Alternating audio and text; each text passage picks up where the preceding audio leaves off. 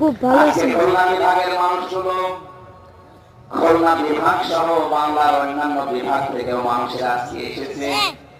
কোরআন কারীম সত্যি যারা শোনার জন্য, বোঝার জন্য এসেছি, এটা পুরা এখন ইবাদত চলছে।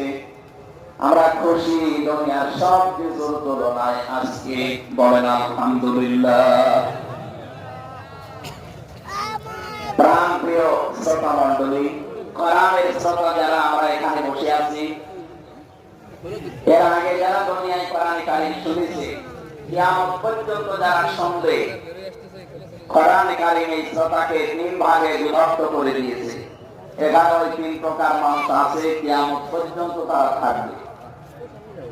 প্রথম নম্বরে কোরআন কারীম শোনার পরে যারা বাধা দিয়েছিল এই দুনিয়ায়, আল্লাহ কোরআন তাদেরকে ঘোষণা দিয়েছে তারা কাফের।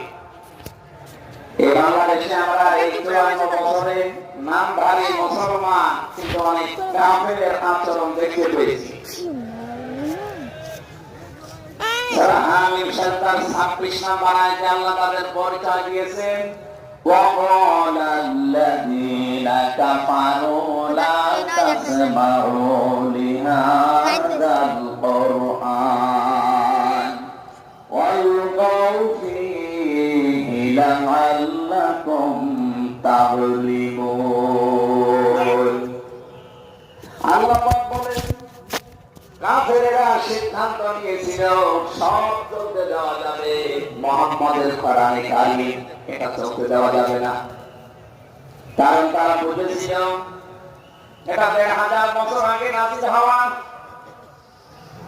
ভালোভাবে টের পেয়েছিল, বুঝেছিল এই কোরআন কারীম মুহাম্মদ রাসূলুল্লাহ যেটা বোঝাতে চায়, এটা যদি সত্যি জনগণ বুঝতে পারে আর মেনে নেয়, আমি যে অবৈধ চেয়ারে বসে আছি এই চেয়ার থাকবে না। যুগে যুগে যারা কোরআন বাধা দিয়েছে তারা এই টাইটেল পেয়েছে। তারা খুব ভালোভাবে জানে কোরআন যারা প্রচার করে, সত্যি কোরআনের এই কথাগুলো যদি সাধারণ মানুষেরা, জনগণ বুঝে ফেলে, আমরা যে শয়তানি করি, আমরা যে অবৈধভাবে টিকে আছি, এটা থাকবে না।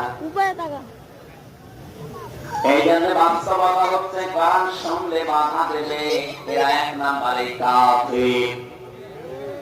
আমরা জানি কাফের মারা গেলে জানাজা হয় না, হয়। বলেন বলেন, কাফেরের জন্য দোয়া করাও জায়েজ নেই। আল্লাহ রাব্বুল আলামিন বলেন, মা কানা লিন নাবিয়্যি